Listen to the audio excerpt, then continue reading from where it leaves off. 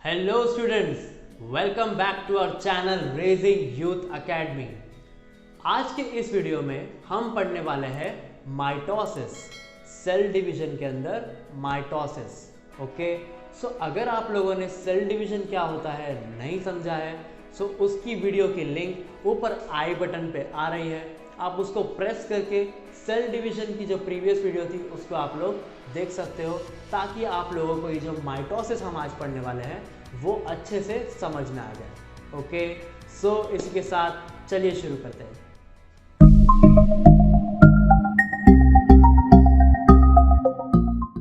So guys, पहला जो process था हमारा वो था कैरियोकाइनेसिस। ठीक है, तो हम लोग यहां पे लिख देते हैं क्या था हमारा पहला प्रोसेस, कैरियोकाइनेसिस। अब ये जो कैरियोकाइनेसिस है ये अपने आप में कंप्लीट होता है 4 फेजेस में, यानी कि 4 स्टेप्स में।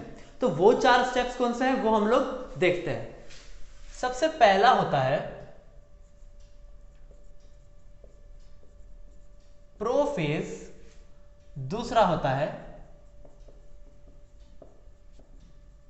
मेटाफेज, तीसरा होता है एनाफेज और चौथा होता है हमारा टेलोफेज। तो ये जो 4 फेजेस या 4 स्टेप्स बोल लो, उसमें कंप्लीट होता है हमारा main process which is karyokinesis. तो सबसे पहला जो स्टेप है उसको हम लोग डिटेल में देखते हैं। तो पहला था हमारा प्रोफेज। ओके, सो प्रोफेज में कैसे होगा, first point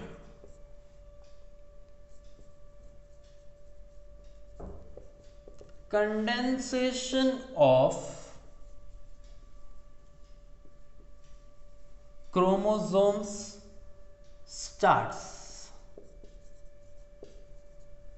condensation of chromosomes starts. अब ये क्रोमोसोम्स क्या होता है, तो हम लोग सेल बनाते हैं और उसके अंदर देखते हैं कि क्रोमोसोम क्या है। ये सेल है हमारा, उसके अंदर यहां पे हमारा है समझो न्यूक्लियर मेम्ब्रेन। ओके, और उसके अंदर है हमारा क्रोमोसोम्स।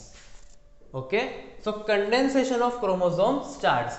ये जो हमारा क्रोमोसोम है ये क्या करेगा अभी, कंडेंसेशन, और कंडेंसेशन करने की वजह से उसका आएगा next step which is they become short and thick. कैसे बन जाते हैं वो, they become short and thick. इसका मतलब कैसे बन जाएंगे वो, ये हमारा सेल, ये न्यूक्लियस, शॉर्ट एंड थिक मतलब छोटे और उनका मोटापा बढ़ जाएगा। वो क्रोमोसोम्स छोटे हो जाएंगे और वो थिक हो जाएंगे। They become short and thick. Next, they appear with their sister chromatids। किसके साथ दिखते हैं वो हमारे, उनके सिस्टर के क्रोमैटिड्स में, मतलब उनके बहुत सारे सिस्टर क्रोमैटिड्स के साथ वो लोग अपीयर हो जाएंगे। ओके, नेक्स्ट,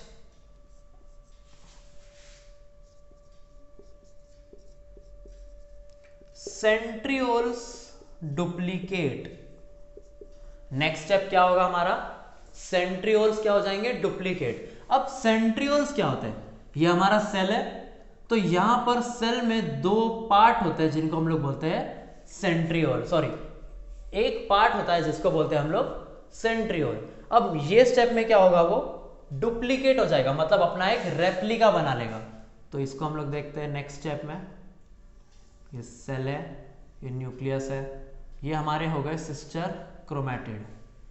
ओके, और यहां जो हमारा सेंट्रियोल है वो क्या करेगा, अपना एक डुप्लीकेट बना लेगा।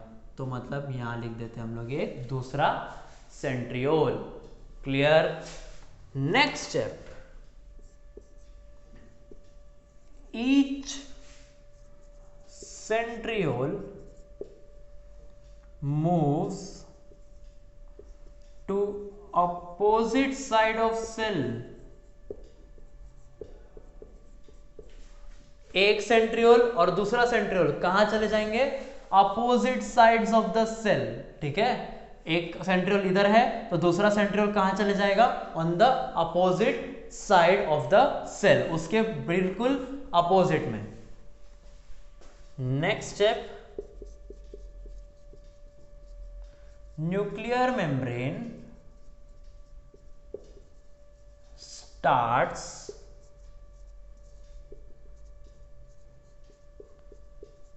to disappear। Nuclear membrane starts to disappear, मतलब ये जो हमारा न्यूक्लियर मेम्ब्रेन था, ये जो था हमारा न्यूक्लियर मेम्ब्रेन, ये क्या हो जाएगा? It will starts to disappear. मतलब यहां बनाते हैं हम लोग, it will start to disappear, तो हम लोग डैश लाइन बनाते हैं।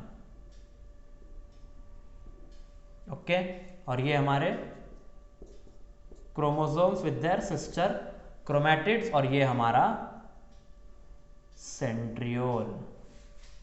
ओके, इसको हम लोग नेमिंग दे देते हैं ताकि आप लोगों को आसानी से समझ जाए। ये हमारा साइटोप्लाज्म, ये हमारा न्यूक्लियस, और ये हमारा क्रोमोसोम। ठीक है, ये हमारा सेंट्रियोल, और ये हमारा न्यूक्लियर मेम्ब्रेन।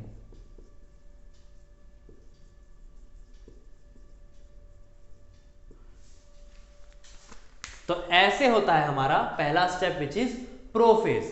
क्या देखा हम लोगों ने?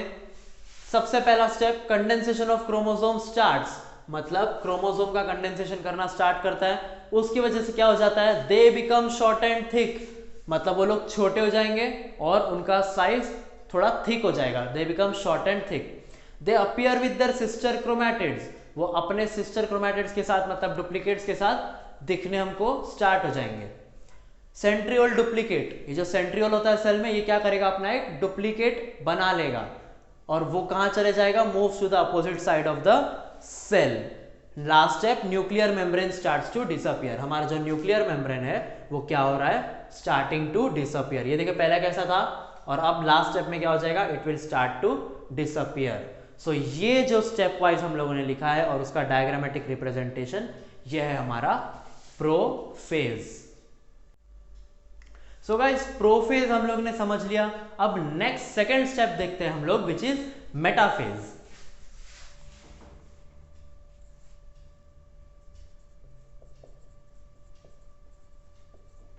मेटाफेज उसका फर्स्ट पॉइंट है, लेकिन हम लोग को जो सेल जो लास्ट पोजीशन में प्रोफेज में मिला था, हम लोग उसको वहां पे ड्रॉ कर लेते हैं। ये सेल था हमारा, और ये nuclear membrane was starting to disappear, इसलिए हम लोग डॉटेड लाइन दे देंगे। सेंट्रियोल्स क्या हो गए थे? डुप्लीकेट, तो यहाँ सेंट्रियोल्स आ गए, और हमारे सिस्टर क्रोमैटिड्स यहाँ बना देते हैं हम लोग। ऐसा कुछ हम लोगों को प्रोफेज के एंड में मिला था। अब यहीं से हम लोग शुरू करेंगे with the metaphase. First point,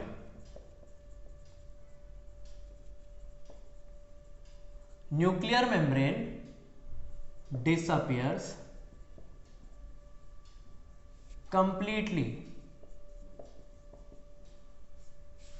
ठीक है, न्यूक्लियर मेम्ब्रेन डिसअपियर्स कंप्लीटली, मतलब नेक्स्ट स्टेप में ये जो न्यूक्लियर मेम्ब्रेन है, ये हमारा क्या हो जाएगा?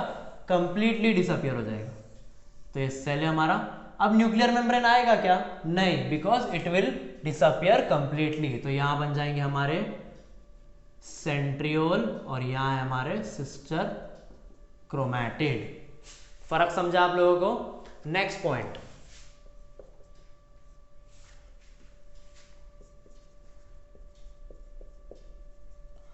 Chromosome becomes visible along with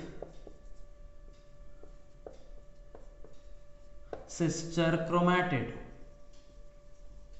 मतलब यही, हमारे जो क्रोमोसोम्स है वो किसके साथ दिख रहे हैं? हमारे सिस्टर क्रोमैटिड्स के साथ हम लोगों को विजिबली दिखेंगे।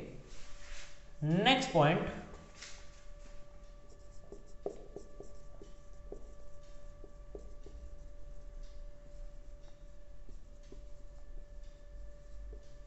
all chromosomes are arranged parallel to center of the cell. Next point मेरे guys, the all chromosomes are arranged parallel to the center of the cell. मतलब ये हमारा सेल, ये centriole, all chromosomes are arranged parallel to the center of the cell. तो ये centre है हमारे cell का, अब ये पैरेलली अरेंज होगा एक दूसरे को, मतलब कैसा, समझ में आ गया आप लोग को क्या हुआ यहाँ पे? All chromosomes are arranged parallel to each other and in the centre of the cell. Next point,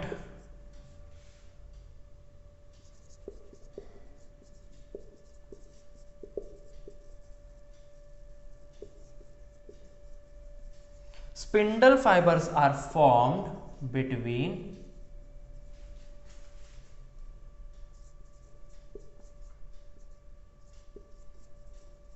centromere and centrioles. Spindle fibres are formed between centromere and centriole. अब सेंट्रियोल तो हम लोगों ने देख लिया कि भाई ये होता है सेंट्रियोल। अब व्हाट इज सेंट्रोमियर? अगर आप लोगों ने पिछले स्टैंडर्ड में क्रोमोसोम्स को अच्छे से पढ़ा था तो आप लोगों को पता होगा कि ऐसा क्रोमोसोम्स होता है, उसके सेंटर को बोलते हैं हम लोग, क्या बोलते हैं हम लोग? सेंट्रोमियर। समझ में आ गया? इसको बोलते हैं हम लोग सेंट्रोमियर। तो सेंट्रोमियर, अब मुझे बताओ क्या है? ये हमारा क्रोमोसोम्स है, तो ये मेरा सेंट्रोमियर है। अब पॉइंट क्या है? Spindle fibres are form between centromere and centrioles. तो ये मेरा सेंट्रियोल और उसके बीच में क्या हो गया? एक स्पिंडल फाइबर फॉर्म हो गया। क्लियर? ऐसे करके सब में फॉर्म हो जाएगा, तो उसको भी बना लेते हैं। ये सेंट्रोमियर से ये सेंट्रियोल, ये सेंट्रोमियर से ये सेंट्रियोल।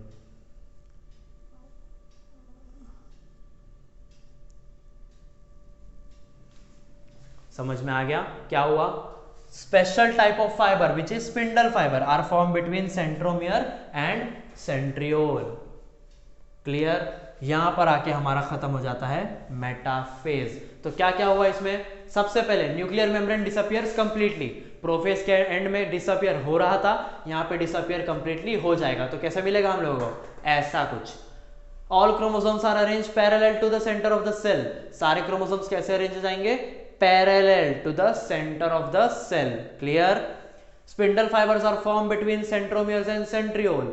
सेंट्रोमियर से लेके सेंट्रियोल तक स्पिंडल फाइबर्स फॉर्म हो जाएंगे और यहां पर हमारा खत्म हो जाएगा metaphase. Okay, so guys I hope आप लोगों को प्रोफेज और मेटाफेज बहुत अच्छे से समझा है। हम लोगों ने डायग्रामेटिक वे में भी देखा, उससे आपको बहुत एक आइडिया आ गया होगा कि प्रोफेज और मेटाफेज कैसे होता है। सो आगे के जो फेजेस है विच इज एनाफेज और टीलोफेज, वो हम लोग देखेंगे इन द नेक्स्ट वीडियो। और ये वीडियो आप लोगों को कैसा लगा उसका कमेंट सेक्शन में हम लोग को रिव्यू दीजिए और लाइक कीजिए और अपने फ्रेंड्स को शेयर कीजिए। सो गाइज मिलते हैं हम लोग नेक्स्ट वीडियो में।